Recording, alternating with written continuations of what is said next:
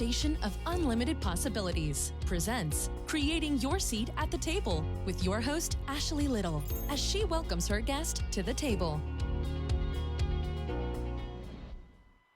Welcome to Creating Your Seat at the Table. I am your host, Ashley Little. A little bit about myself: corporate professional by day, entrepreneur by night, 5-time best-selling author, owner and creator of Creative Broadcasting, and co-founder and owner of Talk Radio and TV Network, LLP. Tonight we have an amazing special guest by the name of Cortland Jones. A little bit about him. Cortland Jones is a 28-year veteran educator of Prince George County Public Schools. In 2015, Cortland was honored as an ACE Educator Award recipient for his work in his middle school and community of Greenbelt, Maryland, promoting literacy, art, and leadership. As a grant writer since 2014, Cortland has helped his school community receive over $25,000 in grant funding to support school initiatives. Cortland has successfully published 2 books. His recent book, released January 2018, Apples of Grace, 31 Days of Inspiration for the Educator, provides content that helps educators win student cooperation while minimizing the impact of teacher burnout. As an entrepreneur, Cortland provides empowerment coaching services, helping 3 former clients publish, and is also the CEO of a nonprofit organization, The Better Place, Inc., with a vision to help create a world where youth and families thrive. Welcome to the table, the amazing Cortland Jones. Welcome, and I am honored, and I appreciate the opportunity to be at the table. Thank you, Ashley, for having me as a guest. You are welcome. I'm excited to have you at the table tonight to share your journey. So please tell us, Cortland, more about your entrepreneur journey. So I published my first book, Out of the Darkness, A Journey into the Marvelous Light. It involved my personal testimony of my understanding of salvation through faith in Christ. By August of that same year, a colleague sat me down and we talked about what I was looking to do as a result of becoming a published author. And a lot of the things that I did in the school system outside the classroom involving peer mediation led to my desire to become involved in empowerment coaching, wanting to be able to help people just make those necessary decisions that move them forward in their life. As one who was coming out of separation and divorce, it was important to me at that time in 2005 to get to my better place. And so that became the motivation for everything that I was doing involving my coaching program.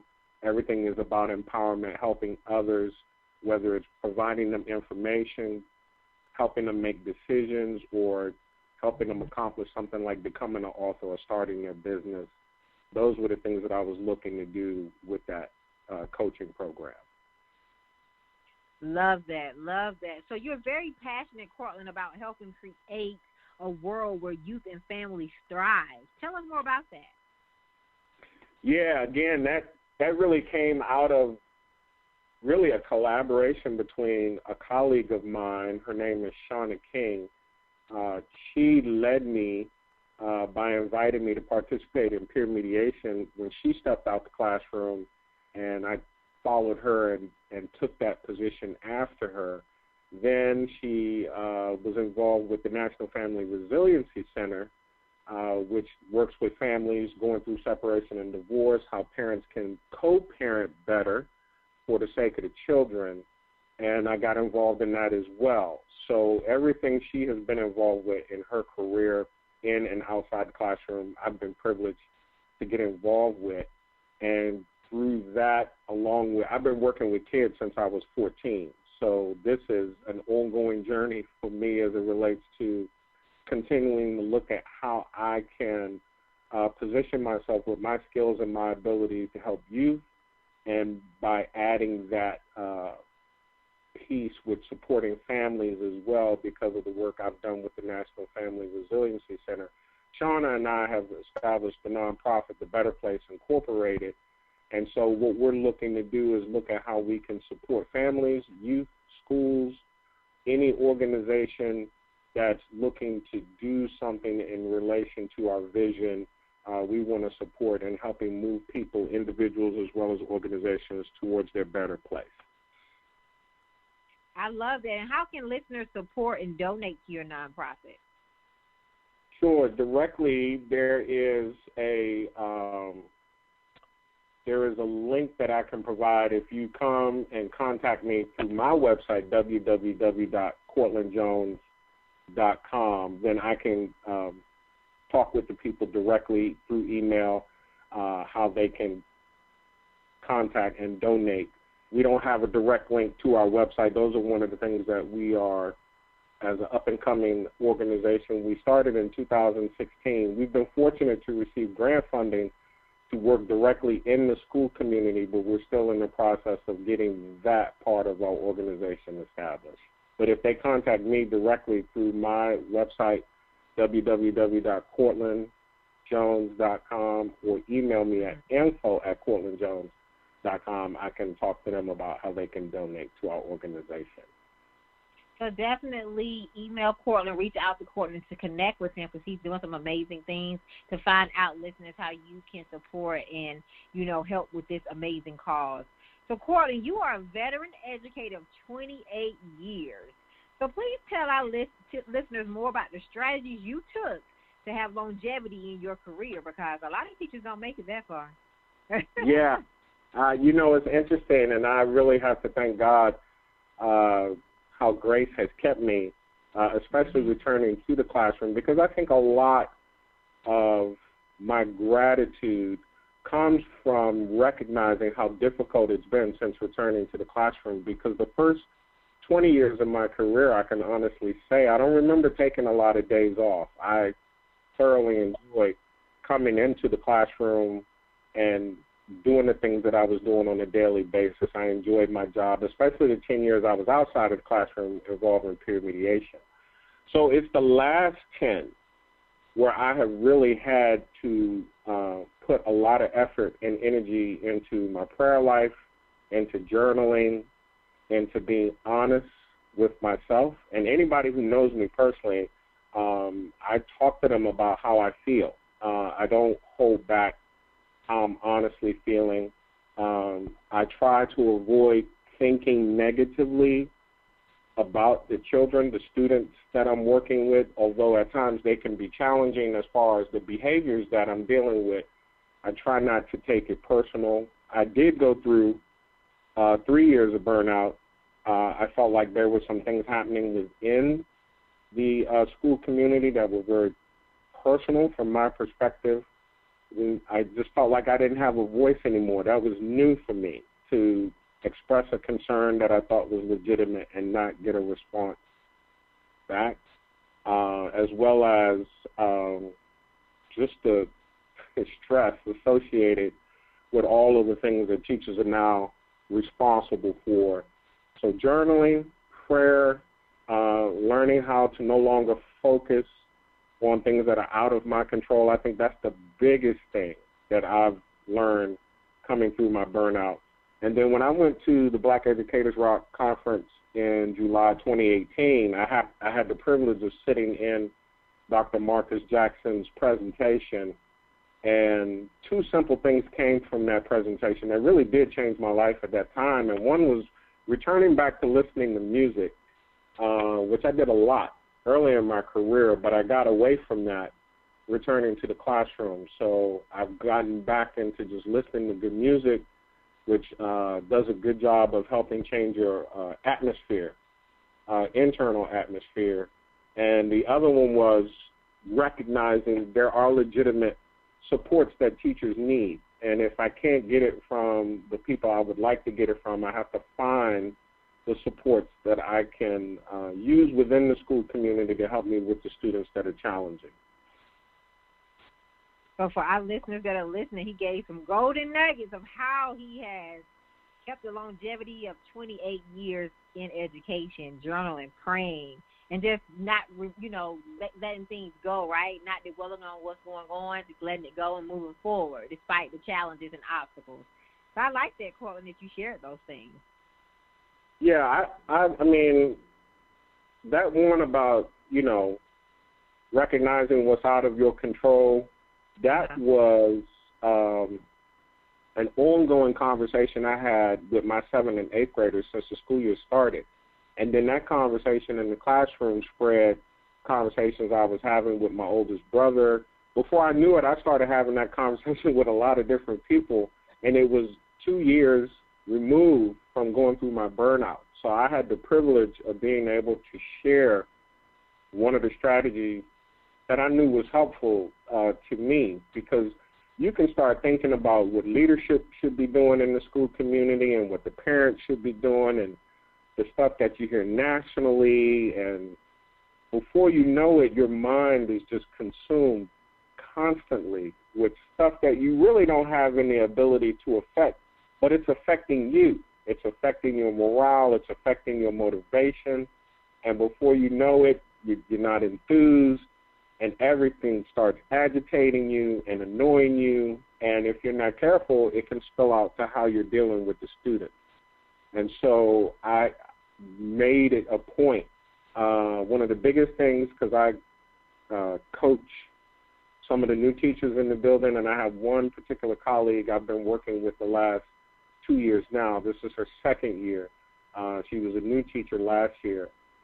I try very hard not to rehearse things from the past. If I find myself getting ready to talk about something that happened a year ago, 2 years ago, I will stop that conversation in a second, because I don't want her to be, infiltrated with my past, with my negativity.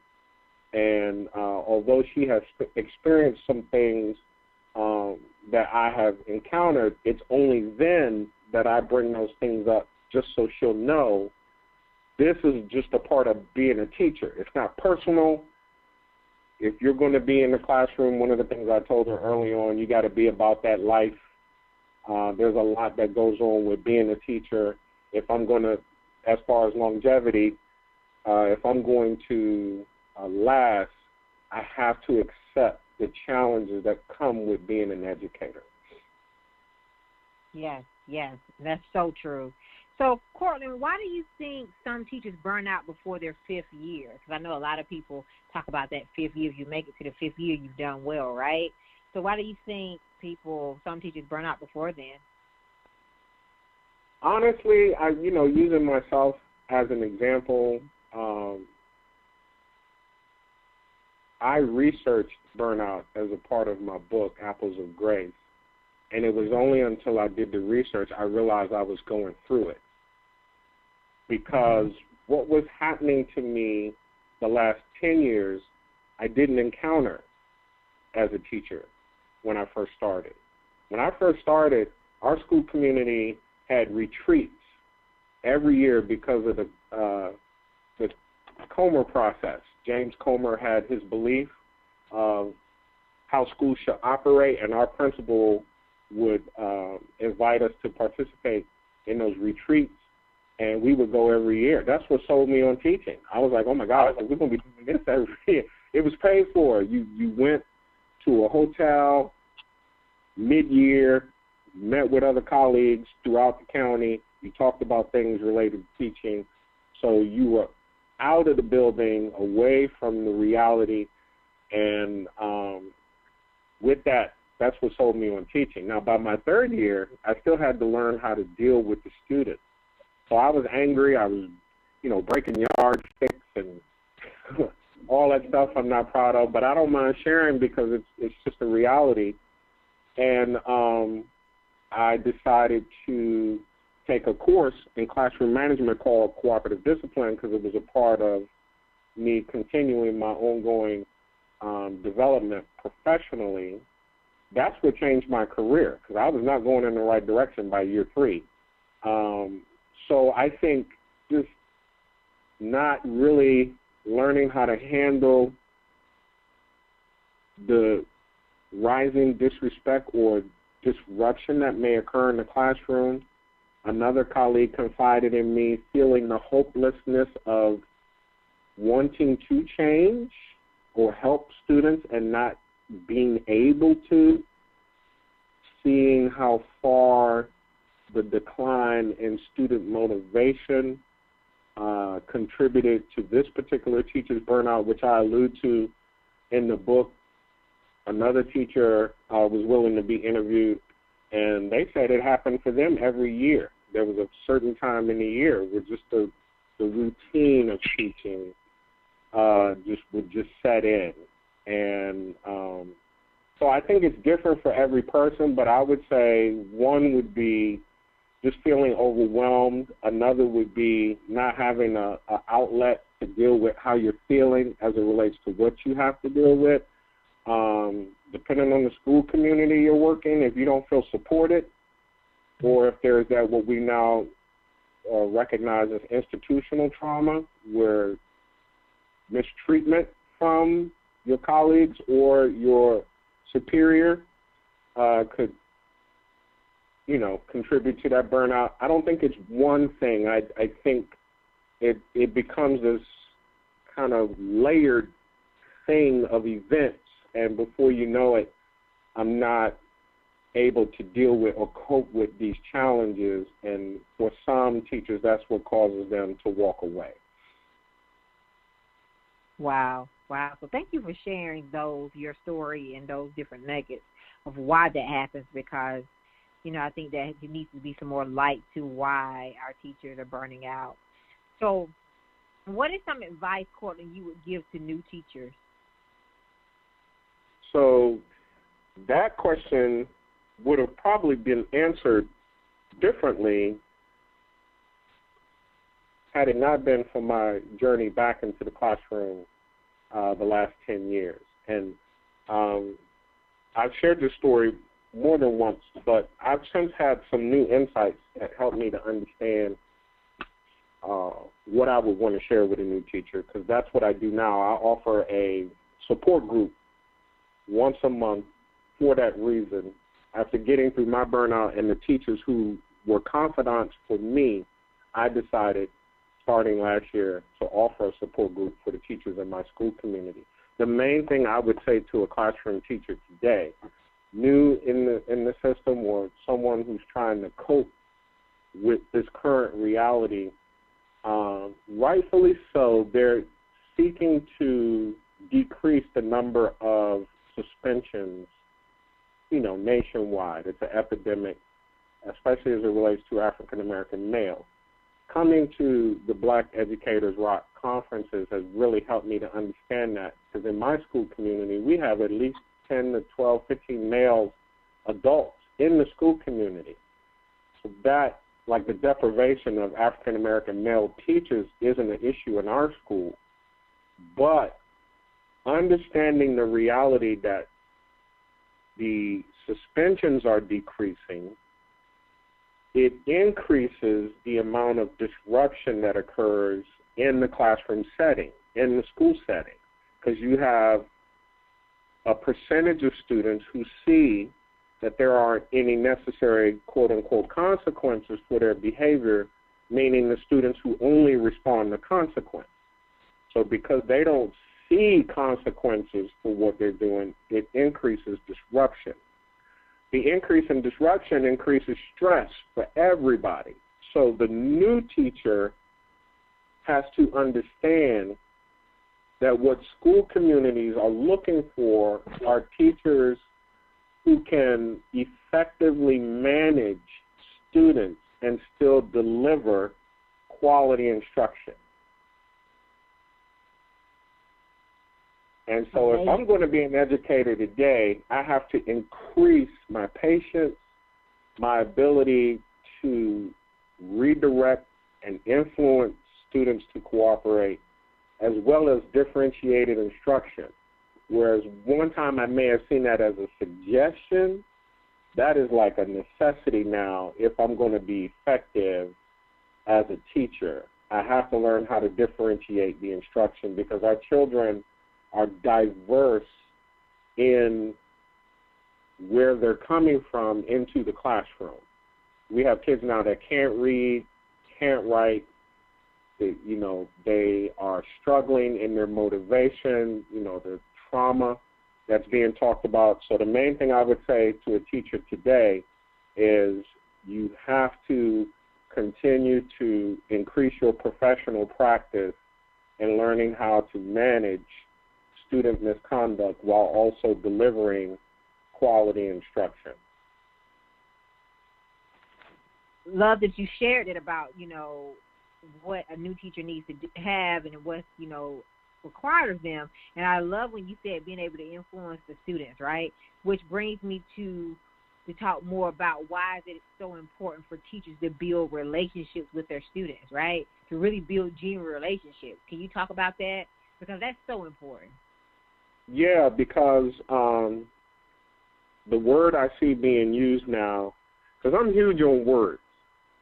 As an author, as a writer, because of what I do in my personal life, words mean a lot to me. And so the word rapport, I have always understood it as the relationship that I share with any person, and the level of that relationship is dependent upon our rapport or our mutual interest in wanting to relate to each other. Like, that's how you establish a rapport. You're both mutually interested in having a relationship. I feel the word rapport now is being used as a tool to judge a teacher on their effectiveness in managing student behavior, which is separate, because all students are not going to choose to have a rapport with me. It's a choice they make to want to relate to me in a particular way. And so what I have to do, I use the word professional rapport. Regardless of how a child behaves, there is a way that I need to conduct myself when I'm in the classroom. There are understood universal behaviors that are necessary in order for me to establish a professional rapport with a student. The way I communicate, the tone of my voice, the words that I choose to communicate, even under duress, how patient I am, and am I genuinely interested in teaching the students that are in front of me, as well as passionate about what I'm teaching. All of that, to me, is a part of professional rapport, because a child can sense when we actually care and when we don't. And so whether a child chooses to have a rapport with me doesn't change the fact that I still need to operate within the classroom in a way that inspires or influences the child to want to cooperate, because I can't make them choose or make choices. But what I can do consistently is operate in a way either by complimenting them.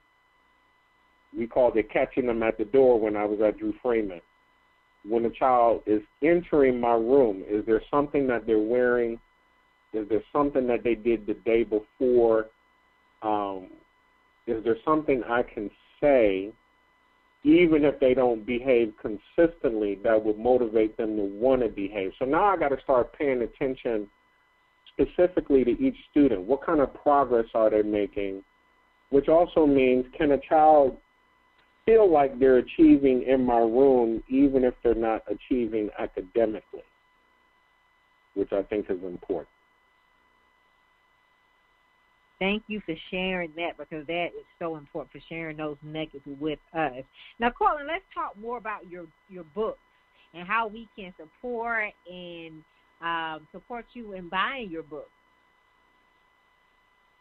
So, Apples of Grace was really inspired from my career as an educator. The idea of empowerment by grace is a concept that I've had for a long period of time, since my early years as an educator. Surrendered my life to Jesus Christ in 1993. The spring of 93, I began my full-time career as an educator in the fall of 92. So by the end of my first year, I had become a follower of Christ, and I could see the impact that it was having on my life as a professional in how I was relating to the students. By my third year, I realized, okay, the direction I'm going is not a good one. So professional development has always been a part of my growth.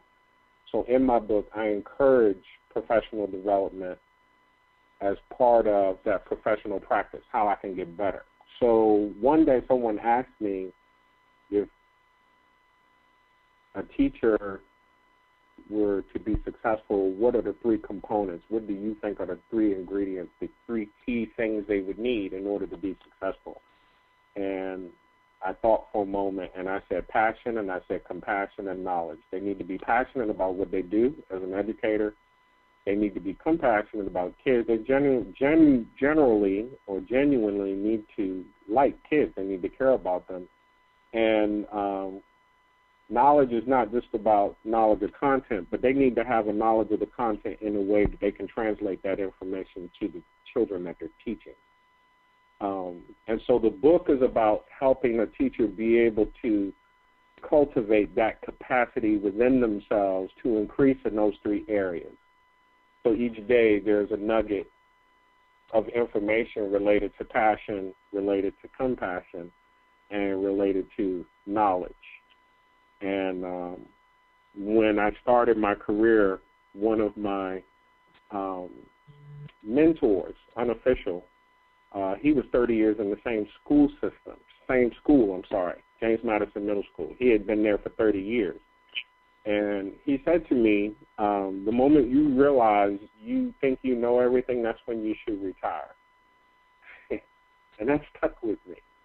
And so I believe professional practice is important, and professional development to me is not the stuff that goes on in the school community that we get tired of.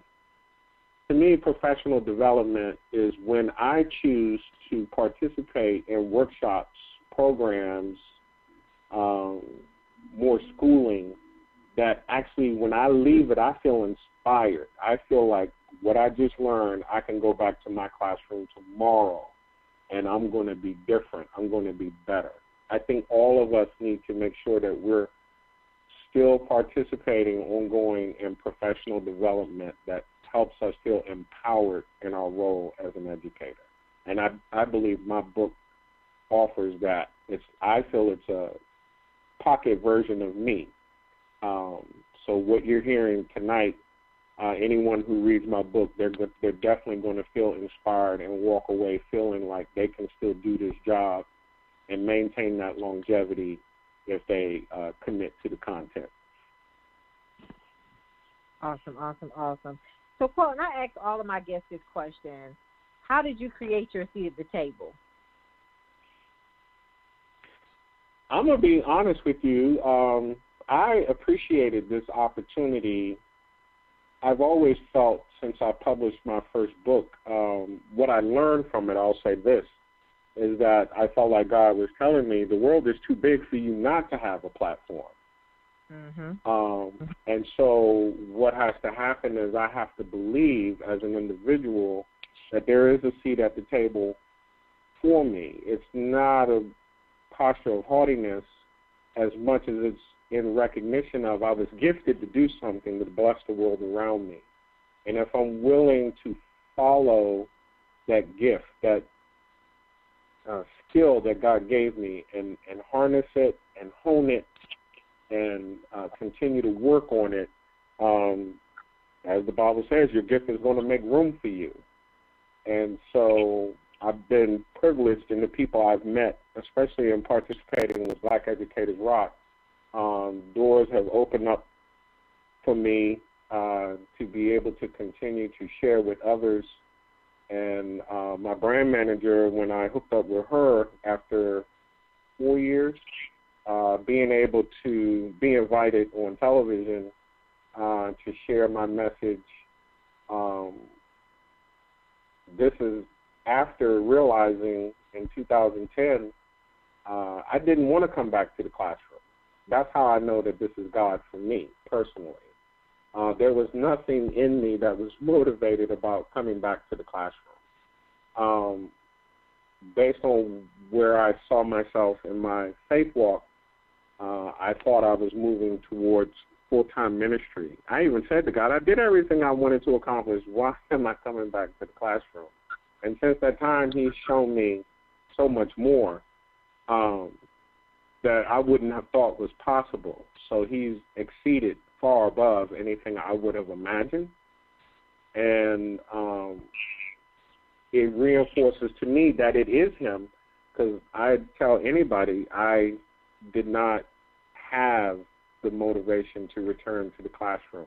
So the burnout and everything that happened on a positive note prior to and after that, it really is me learning how to trust, to walk by faith, and learn how to, encourage yourself as David had to do, and appreciate opportunities that are, given to you, such as this interview, because these things don't have to exist. So I'm just grateful, as I stated, being on this platform tonight to be interviewed. Thank you so much, Cortland. I'm, blessed to have you on to share your wisdom and knowledge, because you're doing some great things. So, what did failure teach you on your journey, Cortland? That's a great question. The biggest thing I learned in my failure, because I went through divorce, I definitely felt the shame of that, and then the struggles in being a father. And not being present with your children every day, I would say the biggest thing that I learned is how great God is, how compassionate He is, how loving He is, caring, and how He truly does work everything together for good, taking my failures in the way that He did and still bring something positive out of it. So my first book, Out of the Darkness, A Journey into the Marvelous Light, is really about meeting me where I was in my failure, because that's when I started writing the book. The same year I moved out of the house in 2005, and the book took 9 years to write, not because I didn't know what to write, but I was literally really waiting for him to explain to me what he wanted me to put on paper. That was an incredible journey, just feeling like I was listening and hearing from him. So that relationship, that intimacy, knowing he was still present with me, he still cared, he still had a purpose for me, he still had a plan for my life, despite my failure and the shame that came along with that. He didn't let that last for long as far as the shame, and he helped me to see, no, I still got something for you to do. I mean, since that time, obviously, I've seen so many people watching documentaries and people who've had, big struggles and failures and all that kind of stuff. So the next thing I learned was I don't have to let those things stop me from being successful if I'm committed to what it requires of me, what the process requires. To me, Tyler Perry now, Magic Johnson, those are my inspirations, because they have each had their own journeys that they've had to take, and just to look at where their lives are now, I know that wherever God leads me, I can achieve and I can accomplish simply because of who He is. It's never determined by who I am or what skills or abilities I have, because He can far exceed that. And so learning how to stay humble, learning how to own the failure, accept it, acknowledge it, move forward, and then believe that despite the failure, God can still use me, bless me, help me. I can be a blessing to others. I don't need to compare myself to others, and just be patient in His timing, because His plan, and He's proven He's faithful. So I don't need to stress it. I just need to trust Him and continue to do what I need to do. Awesome. So what did success teach you? Success has taught me I need to not let it go to my head. I need to stay humble and recognize where it's coming from. I'm not successful because of me as much as I'm successful because of Him. And more importantly, what can I do with it? It's one thing to be successful But then when opportunity is extended for you to help someone else, will you do the same thing for someone? Because I didn't get to where I am by myself. And I don't say this often, but when I do talk with people personally, I know the vision that God has for my life requires others. I'm clear on that. And so learning how to relinquish your humanity to allow God to do the greater thing. So you gotta move that pride, fear, insecurity. You're constantly success. It exposes, the part of you that could actually interfere with you remaining successful. Your habits, your attitudes, the way you think, how you can become complacent, lazy. Once you become successful, you don't want to work as hard. So remaining humble in recognition that I still need God, and then what can I do to continue to pray, use the journal, read that Bible, still do things with my family, support my family, that kind of thing. Not letting success go to your head where you get to the point where you think it's because of you've arrived at this point.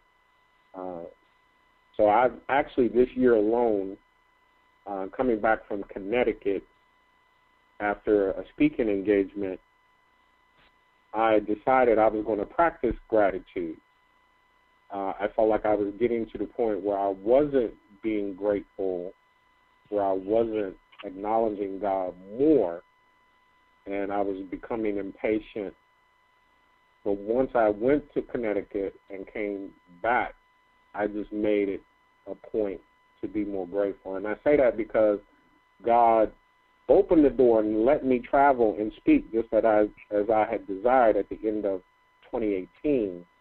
So every desire I had as far as my personal goals and my business, He's done those things before the year ended. I've done everything I desired to do in 2019. But my attitude wasn't always appreciative of that. So when I came back from Connecticut, that was like in, I think, June or July, I was intentional about expressing gratitude to God more on a daily basis. It definitely worked. It changed my life as far as the internal atmosphere. And so when I hurt my thumb, there was a moment where I was like, oh, gosh. And immediately it was like, no, I need to shift my thinking. And so I read this devotional message that immediately snapped me out of it. And, I'm back to being grateful. And just the biggest thing was, well, obviously you let me hurt my thumb for a reason, because I always told myself I was not going to break up a fight. And the fact that I broke up a fight and hurt my thumb, you want me to focus on something that I'm not focusing on. So I decided I was going to use this time to focus on myself and make sure I heal properly and not stress myself, because I was supposed to go to an event. Hurting my thumb prevented that from happening. Once that event was over, I was going to kind of slow down anyway, so this just gave me the opportunity to start slowing down now. Yep. Awesome. So tell us, what can we expect from you, Cortland, the rest of 2019? We're in the fourth quarter. It's almost December. So what can we expect from you? Oh, my gosh. I'm so excited. I'm actually going to be spilling some beans here because last night, and this is why I just thank God so much for learning how to be grateful, I have a former student who assisted me with the cover design for Apples of Grace. One of my graphic design students actually designed the cover of my book for teachers. Another student helped put it together. Well, she's now helping my son. My son is currently working on a book. It's for teens. It's about dating. And she sent her first mock-up for the cover design last night, and I was so excited because this is him now seeing the journey of writing and becoming an author. He read a book on dating. That was part of his requirement in order to be able to do it. But one day he sat down with me when we were on vacation at Ocean City, because I like to go there a lot just to get away. And he started talking with me about what he was learning from the book. And I said, boy, you better write that down, because that sounds like insight that God is giving you about the book that you read. And it took us a while, but he has owned now this journey of writing this book. And today he had the first opportunity to see the cover design. So helping my son publish his first book, which we are targeting March of 2020. And then I have a children's book I've been co-authoring with a group of students from my school, and we are almost at the finish line. We've been working on this project for 3 years, and I'm so excited because I have one student who has just labored with me to make sure that we did not drop this ball. So by 2020, I am hoping to announce the publishing of both a children's book as well as a book for teens that youth, including my son, has collaborated with me on. And that really is what my business is about. I just want to empower people, including youth. I want them to be able to see that they have gifts, talents, and abilities they could be using now. They don't have to wait until they're 20, 30, 40 years old. If they're committed to what that requires of them, they can learn these entrepreneurial skills now and make use of social media and people such as yourself as a way to help them get themselves out there to make the world around them a better place. I love that. Well, super congratulations on all the great things that you have coming up. And, you know, just giving you congrats in advance of what you're about to birth in the fourth quarter and what you're going to do in 2020. So congratulations. Yeah, it's exciting. Thank you. I appreciate that. It really is exciting. It's kind of hard to contain because you just feel it, you know, but I'm trying to be patient and let everything just play itself out. But I know my son, seeing that cover design, I know he is more motivated now because it's the reality of following that journey, and I'm excited for him. Yes, love that. So would you please tell our listeners, Cortland, how they can follow and support you and connect with you on all social media platforms? Sure. So if you're interested in purchasing either of my books, Out of the Darkness or Apples of Grace, you can visit my website, cortlandjones.com, www.cortlandjones.com. If you're interested in contacting me as it relates to empowerment coaching, you can use my email, info@cortlandjones.com, CORTLAND, and you can reach me through my website as well. I offer coaching for aspiring authors, entrepreneurs, as well as spiritual growth and development, anyone who just wants to make a change in their life, have goals that they're trying to accomplish, co-parenting, improving the relationship between you and the other parent, as well as teachers who want to improve their professional practice as it relates to classroom management. I offer coaching in that arena. And then on Instagram is my business site, at Cortland Jones on Instagram, and then at the Cortland J, I believe, is my Twitter account, and my Facebook page, I believe, is, oh man, I can't remember it, but I'm on Facebook as well. If you look up Cortland Jones, CORTLAND, I'm sure you will find me there as well. I've put a lot of followers actually within the last few months. Come to my Facebook page. But those are the places where you can find me. I'm also on LinkedIn as well. So definitely connect with him. Cortland's definitely somebody to know, somebody to connect with. So, Cortland, thank you so much for taking the time out of your very, very busy schedule to come to the table tonight, and I cannot wait to invite you back. Yeah, well, I look forward to it. And again, I want to thank you for the opportunity. I consider it a privilege, and I see what you're doing. I'm hoping in 2020, as far as one of my other ventures, is to move forward with TV because of what I'm just saying. I'm watching you. I'm watching people like you, and long term, my goal is to do TV, internet TV, as well as talk show variety type. There's some things brewing in my head and in my heart, and because of what the Lord has been doing, I'm like, okay, I'm just gonna follow this until it ends. Well, let's definitely connect, Cortland, because I know you working with Dr. Chester too on the Black Educators Rock, right, with her network, correct? Yeah, that's something we spoke about last night. Yes. And okay, great.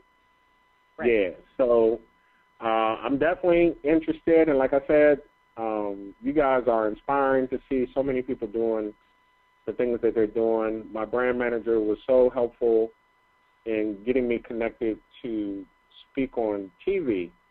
I've been on Good Morning Washington, Wake Up Washington, Let's Talk Live. There have been so many opportunities to do that where I am now more inclined to move in that direction.